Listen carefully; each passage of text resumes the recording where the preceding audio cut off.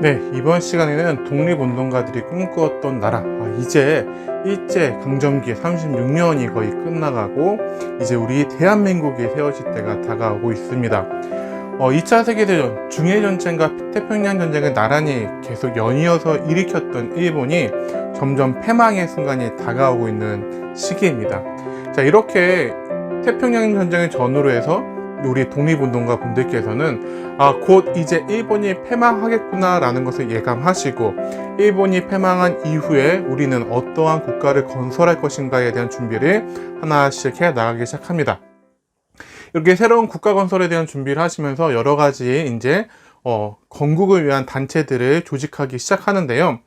첫 번째는 이제 기존부터 3.1운동 이후부터 만들어져서 좀 어려운 시기도 겪었지만 이 시기에 또 열심히 활동하고 있었던 한국광복군을 만들고, 또한 김원모 선생님 들어오면서 여러 가지 세력들이 통합되어지면서 활동하는 이제 대한민국 임시정부, 상하이에서 만들었지만 이제 윤봉길 의사의 일고 이후에 계속 쫓기다가 이제 충칭까지 이동해 있는 대한민국 임시정부. 그래서 여러분들 헷갈리시면 안 됩니다. 상하이에 있는 임시정부랑 충칭에 있는 임시정부가 같은 임시정부죠. 그렇죠? 상하이에 전 만들어졌지만 윤봉길 의사의 의거 이후에 일부의 감시와 추격에 의해서 계속 중국 내륙 쪽으로 이동하다가 마지막에는 이제 충칭에 자리 잡게 됩니다. 마지막에 충칭에 자리 잡은 상태에서 독립을 맞이하게 되는 거죠.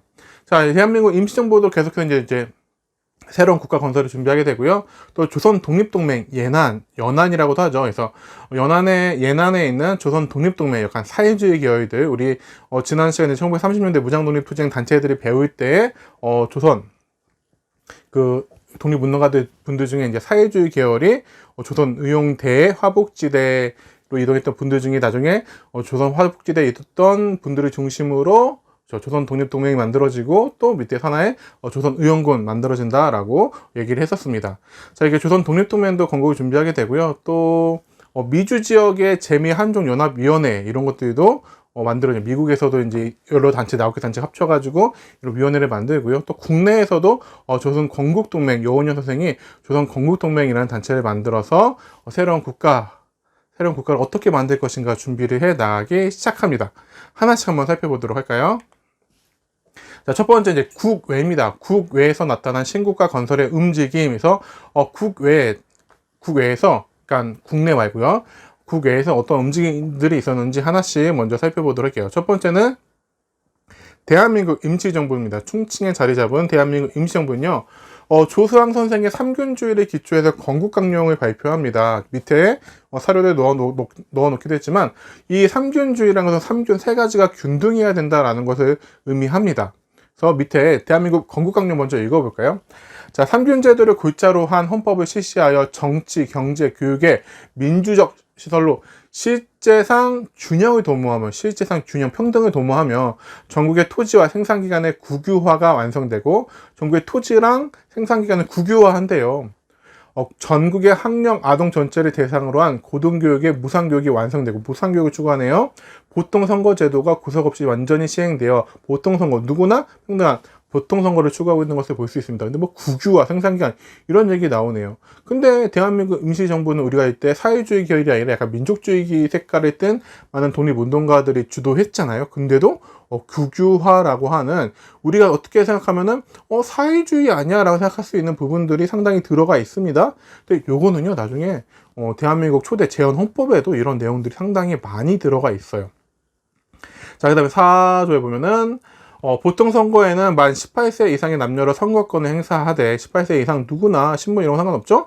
신앙, 교육, 거주 연수 얼마나 살았는지, 사회 출신 성분이 어떤지, 재정, 상과 과거 행동, 그러니까 돈이 많든지 적든지, 과거에 어떠했든지 이런 것들을 분별치 아니하며 고려하지 않고 누구나 18세 이상이면은, 만 18세 이상이면은 남녀 누구나 선거권을 행사할 수 있다라고 이제 되게 파격적인, 왜냐면 실제로 우리가 생각하는 민주주의가 시작됐다라고 생각하는 서양에서도요, 여자들을 남녀랑 동시에 평등하게 대한 것들은 그렇게 길지가 않습니다. 근데 우리는 한꺼번에 이렇게 하겠다라고 내세우고 있는 것을 볼 수가 있죠.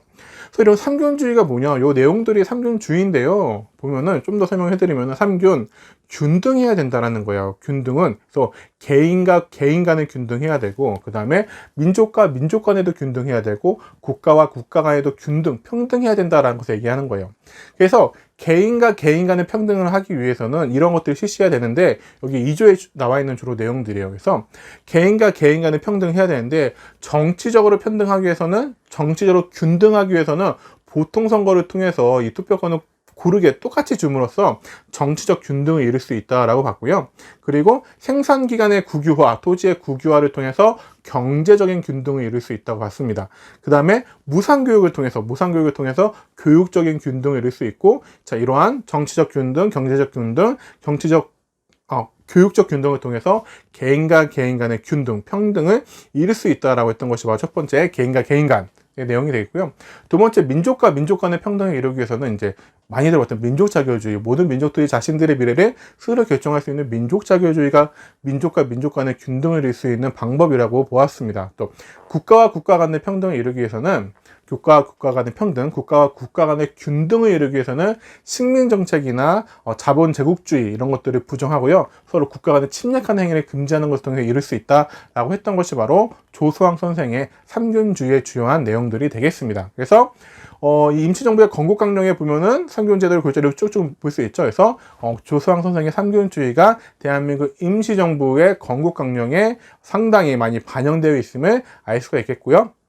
그래서 건국강령의 내용을 보면 보통 선거를 통해서 민주공화정 수립한다. 민주공화정. 이제 전제군주제 뭐 이런 거 아닙니다. 왕을 다시 세우는 게 아니라 모든 국민들, 백성 아니죠. 저도 입에 붙었나 봐요.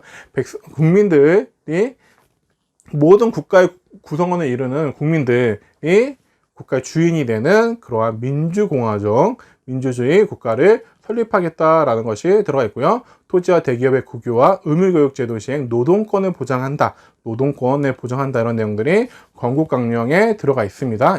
이 내용도 아까 다 삼균제에 들어가 있던 내용들이죠. 자, 그 다음엔 조선 독립동맹입니다. 예난 지역, 지금의 중국 시안 위쪽에 있는 지역인데요. 이 조선 독립동맹은 그쵸. 사회주의 계열이 주도해서 만든 단체예요. 그래서 김두봉 선생님을 중심으로 만들었고, 여기도 이제 건국강령을 발표하는데요. 이 조선 독립동맹의 건국강령 볼까요? 전 국민의 보통선거에 의한 민주정권을 수립한다. 여기도 마찬가지입니다. 민주정권을 얘기하고요. 보통선거를 얘기합니다. 국민인권을 존중하는 사회제도를 실현한다. 법률적, 사회생활적 남녀 평등을 실현한다. 조선 내 일본 제국자의 모든 재산과 토지를 몰수하고 대규모 기업을 국유화하며, 국영화나 같은 말이죠. 농민에게 토지를 나누어 준다.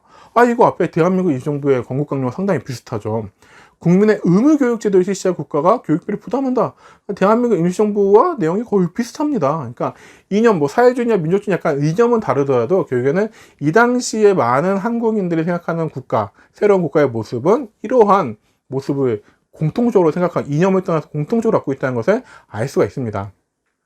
그래서 건국강령의 내용을 보면 일본 제국주의 타도와 보통선거에 의한 민주공화국, 그렇죠? 똑같이 또 민주공화국을 수립한다. 남녀 평등권, 대기업의 국유화, 토지 분배하겠다, 의무교육을 시행하겠다, 이런 내용들이 많이 있고요. 또 이 조선 독립동맹은 또 우리들만 아니라 여러 단체들이 있으니 같이 연합해야 되지 않겠느냐라는 생각을 가지고 대한민국 임시정부를 비롯해서 국내 많은 민족운동 단체들과 연계하려기 위해서 노력을 합니다. 그래서 대한민국 임시정부에서 연락을 하고 이래요. 그리고 근데 끝까지 해서 좀 이루어졌으면은 서로 여러 단체들 연합했으면 좋았을 텐데 일제가 패망하면서 이런 통합 논의들이 약간 중단된 것이 조금 아쉽습니다. 혹여나 됐으면은 분단을 좀 피할 수 있지 않을까라는 그런 좀 아쉬움도 남긴 하지만 역사에서 또 만약이라는 건 없으니까요. 자, 조선 독립동맹에 이끌던 인물들은요, 사회주의 계열이라고 했죠. 그래서 이분들은 대부분 독립을 맞이한 이후에 나중에 북한 정권에 들어서 북한 정권에 참여하게 됩니다. 근데 이 북한의 연안파라고 하거든요. 이 연안파들은요, 6.25 전쟁 이후에 김일성 세력에게 밀려서 결국에는 숙청당하는 그런 좀 불운을 겪게 되죠. 이렇게 조선 독립동맹이 있고요. 자, 그 다음에 미주 지역에 이제 재미한족연합위원회라고 있습니다. 이 재미한족연합위원회는 그게 약간 생소한 단체일 거예요. 이전 교과서에도 그렇게 중요하게 나오진 않았었는데, 자, 그래도 우리가 독립운동에서 싸우셨던 분들이 만주, 연해주, 국내에만 있었던 거 아니고, 정말 미주 지역에서도 정말 열심히 노력했던 분들, 타양살이로 인해서 정말 그래도 중국, 만주, 연해주 이런 데는 그래도 같은 동양인들이 많이 살잖아요. 근데 정말 서양인들 사이에서 멸시받고 비하받고 이러는 가운데서도 독립을 위해서 독립을 향한 꿈과 노력을 멈추지 않았던 분들이 바로 이분들이라고 할 수 있겠습니다. 자, 이분들은요, 재정 모금을 통해 대한민국 임시정부를 지원합니다. 그래서 모금 활동에서 그 돈을 임시정부에 많이 보내주기도 하고요. 또 이제 이렇게 전쟁, 태평양 전쟁이 일어나면서 일본이 진주만을 폭격하잖아요. 진주만을 폭격함으로 인해서 이제 일본과 미국 간의 전쟁이 시작됩니다. 그러자 미국 내에서 반일 감정이 고조되어지고요. 일본인에 대한 감정이 상당히 안 좋아져요. 그러자 그런 상황 속에서 미주 지역에 있던 9개의 단체들이 연합해서 9개의 한인 단체들이 연합해서 재미한족연합위원회를 만들게 돼요. 자, 그래서 재미한국인 신분증을 발급해서 뭔가 한국인들의 안전을 도모합니다. 왜냐면은 미국인들이 보기에는 한국인이나 일본이나 차이가 없잖아요. 그러니까 사람들이 보기에는 미국 사람들이 보기에는 한국 사람들 보고 일본이야 라면서 되게 안 좋게 생각할 수도 있겠죠. 그래서 한국 신분증 발급해 주고요. 또 군사 조직인 한인 국방경위대를 결성합니다. 그래서 이렇게 해가지고 뭔가 군사 조직으로서의 모습들도 갖춰 나가기도 하고요. 또 외교위원부를 둡니다. 외교위원부를 두어서 책임자로 이승만을 임명하는데요. 그래서 이제 한국은 연합국의 일원으로 인정해달라 그런 것들은 이제 미국 정부 요청하고 의회 요청하고 이러는데 걔는 미국 정부가 외면해서 이거는 성공하지 못하고 실패하게 됩니다. 그래서 이렇게 미국에도 독립을 위해서 애쓰셨던 분들이 있다는 거 알아두면 좋겠고요. 자, 이제 국내를 볼까요? 자, 이 국내에서 건국을 준비한 조선 건국 동맹에서 국내를 좀 살펴보도록 하겠습니다. 자, 조선 건국 동맹은요, 여운형 선생 정말 위대하신, 정말 훌륭하신 분인데, 선생님 생각에는 그렇게 활동과 그런 노력에 비해서 좀 많이 많이 평가를 제대로 받지 못하는 그런 독립운동가 분 중에 한 명인가라는 그런 생각이 좀 드는 아쉬움도 있습니다. 그래서 국내에서 여운형 선생을 중심으로 해서 민족주의, 사회주의 계열들의 독립운동가들이 1944년에 조직해서 약 1여 년 동안 활동을 하게 되는데요. 자, 1여 년 동안 활동한 다음에도 이제 일본이 패망한 다음에는 조선 건국준비위원회를 개편해서 활동을 이어나가게 됩니다. 자, 건국 강령을 또 여기서 발표합니다. 그래서 민주주의 원칙에 따른 국가 수립, 노농 대중을 해방하겠다라고 얘기를 하죠. 그래서 민주주의 국가, 민주공화제에서 보면 앞에 있었던 단체들이 다 민주주의 국가를 수립하는 것을 목표로 하고 있는 것을 볼 수가 있습니다. 그래서 조선 건국동맹의 강령을 좀 보도록 하면요, 각인각파를 대동단결하여 모든 단체들, 모든 사람들을 대동단결시켜서 거국일치로 일본 제국주의의 모든 세력을 몰아내고 조선 민족의 자유와 독립을 회복할 것. 이 반추축 제국이라고 하는 것은 그렇죠. 일본이 이시한 이제 동맹국들, 독일, 이탈리아 이런 나라 되겠죠. 자, 추축 제국을 반대하니까 이제 추축 세력인 일본, 독일, 이탈리아를 반대하는 미국, 영국 이런 연합국들을 얘기하는 거죠. 대연합정선을 형성하고 조선의 완전한 독립을 저해하는 일제 반동 세력을 박멸할 것. 건설 부면에 있어서 일제 시위를 민주주의적 원칙에 의거하고 특히 노농 대중의 해방에 치중할 것. 그래서 노동자, 농민들에 대해서도 중요하게 생각하고 있는 것을 볼 수가 있습니다. 자, 그래서 건국강령에는 민주주의, 노동 대중 해방 이런 내용들이 있고요. 활동 내용 보면 전국에 이제 지방 조직을 구성합니다. 도 단위로 지방 조직 들을 구성하게 되고요. 또 노동자, 농민, 청년 등 다양한 계층들을 포함시키게 돼요. 그래서 농민동맹은 징용징병을 방해한다든지 일본이 이제 전쟁을 치르면서 이렇게 하려고 하는데 계속 방해하면서 회방을 놓고선 일본의 뜻대로 이루어지지 않도록 하는 그런 노력을 하고요. 식량 공출에 반대해서 일제 전시 수탈을 더 방해하는 활동들을 요 단체들 통민동맹을 통해서 주도적으로 이끌어 나가기도 하고요. 또 후방을 교란하기 위해서 군사위원회를 조직하기도 하고요. 또 국외 항의 세력과의 연락, 그래서 국외에 있는 임시정부, 조선 독립동맹 등과 연락을 취하려는 노력을 기하기도 합니다. 자, 그리고서 이제 이 단체는요, 곧 1945년 8월 15일 일본이 패망 선언이나 한 이후에는 조선 건국준비위원회로 개편되어서 활동을 해 나가게 됩니다. 그래서 해방 이후에 조선 건국준비위원회로 조선 건국동맹이 이어진다라는 것도 여러분들 잘 알아두셔야 할 내용이라고 할 수가 있겠습니다. 자, 그래서 이 단체들 쭉 보면요, 뭐 지금 미국 정은 빠지긴 했지만 충칭, 통칭의 대한민국 임시정부가 있고요. 연안에 조선 독립동맹이 있고, 또, 경성, 국내에는 조선 건국동맹이 있는 것을 볼 수가 있겠죠. 각각의 단체가 민족주의 계열, 사회주의 계열, 연합주의 계열 이렇게 좀 다르지만, 각 단체가 추구하는 이념은 다르지만, 민주공화국을 지향하고 있다는 점에서, 이 세 단체들이 꿈꾸었던 나라의 모습은 거의 비슷하지 않나라는 생각을 해봅니다. 자, 그럼 이제 세 번째, 국제사회에서 논의된 한국의 독립 문제에 대해서 살펴보도록 하겠습니다. 첫 번째, 카이로 회담입니다. 우리가 흔히 카야이포라고 많이 얘기하거든요. 그래서 카이로 회담, 얄타 회담, 포츠담 회담, 이 순서대로 알아두시면 되겠습니다. 그래서 먼저 카이로 회담에서 이제 대한민국, 한국의 독립을 최초로 이제 연합국들이 언급을 하기 시작하는데요. 자, 카이로 회담은 미국, 영국, 중국은 일본과의 전쟁에서 서로 협력할 것을 논의했습니다. 그래서 미국의 루즈벨트와 중국의 장제스, 영국의 처칠이 이제 아프리카 이집트의 수도인 카이로에 모여서 회담을 갖게 되는데요. 그래서 이 전쟁이 끝나고 나면 이제 전쟁이 끝난 다음에 어떻게 이제 국제 질서를 마련해 나갈 것인가에 대해서는 이야기를 해 나가기 시작하는데요. 그래서 일본이 점령한 모든 영토를 반환한 후에 한국을 독립국가로 만들 것을 이 회담에서 최초로 결의하게 됩니다. 그래서 일본이 침략 전쟁에서 차지한 영토를 회수할 것, 일본이 점령한 모든 영토를 반환시킨 다음에 그런 이제 식민지 국가들을 독립시킬 것, 그리고 그래서 이런 표현이 들어가요. 밑에 이제 사료를 보면요. 카이로 회담 선언 중에 이제 한국인의 노예 상태에 유의하여 적당한 시기에 적당한 절차에 따라 한국을 독립시킬 것을 결정한다라는 것이 그래서 연합국에서 최초로 우리나라의 독립을 최초로 보장한 회담이라는 데서 큰 의미가 있겠습니다. 하지만 이후에 조금 아쉬운 점도 있는데 어떤 거냐면은 한국인의 노예 상태에 유의하여 적당한 시기에 적당한 절차에 따라서 그러니까 일본이 패망한 다음에 전쟁이 끝나면 바로 한국인들을 독립시킨다라는 것이 아니라 적당한 시기에, 적당한 절차에 따라, 그러니까 즉시가 아니라, 그러니까 이런 제한 상황을 걸어둠으로써, 일본인이 패망하고 독립을 맞이한 이후에, 이제, 연합국들은 어떤 이야기들을 하게 됩니까? 한국인들이 아직 나라를 운영해 나갈 독립국가를 세워갈 능력이 없으므로, 신탁 통치를 하겠다. 신탁 통치, 자기네가 자신들이 적당한 시기 동안, 일정 기간 동안 대신 통치를 한 다음에, 독립을 시켜주겠다라는 것을 이야기들을 하잖아요.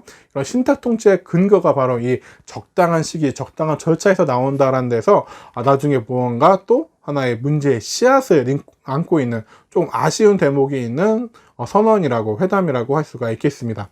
자, 그 다음에는 얄타 회담입니다. 얄타 회담.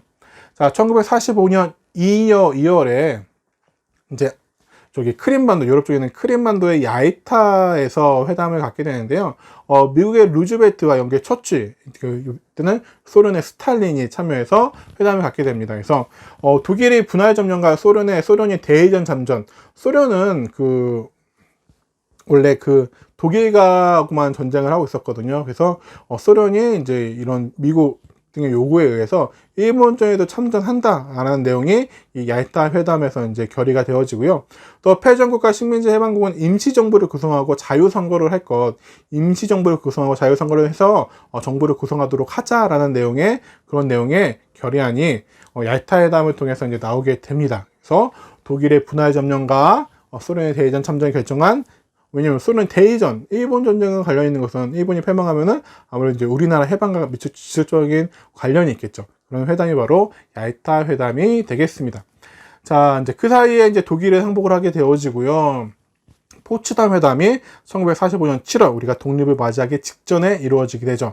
독일은 항복을 했고요. 이미 일본만 결사항전 계속 항복하라는 요구에도 불구하고 싸우고 있는 그런 상황입니다. 그래서 유럽의 전후 처리 문제에 대해서 논의를 하면서 일본에 대해서 무조건 항복해라. 그리고 이전에 있었던 1943년에 있었던 카이로 선언의 모든 조항들은 이행되어야 한다는 것을 다시 확인한 회담이 바로 포츠담 회담이라고 할 수 있겠습니다. 근데 이 카이로 회담에서 선언한 모든 것들이 이루어져야 된다라고 얘기를 했죠. 그럼 카이로 회담에 어떤 내용들이 있었습니까? 한국의 독립도 포함되어 있죠. 그러니까 우리 한국의 독립을 재확인했다. 한국의 독립을 재확인한 측면에서 또 의미가 있는 회담이 선언이 포츠담 회담이라고 할 수가 있겠습니다. 그래서 어떤 것들은 회담이라고도 하고요, 선언이라고 하거든요. 그러니까 연합국들이 모여서 회의를 하잖아요. 회의를 하면 회의 결정에 대해서 선언할 거 아니에요. 뭔가 이게 협의문에 읽을 거 아니에요. 그렇기 때문에 선언이라고 표현하기도 하고요. 모여서 회의를 했기 때문에 회담이라고도 표현을 합니다.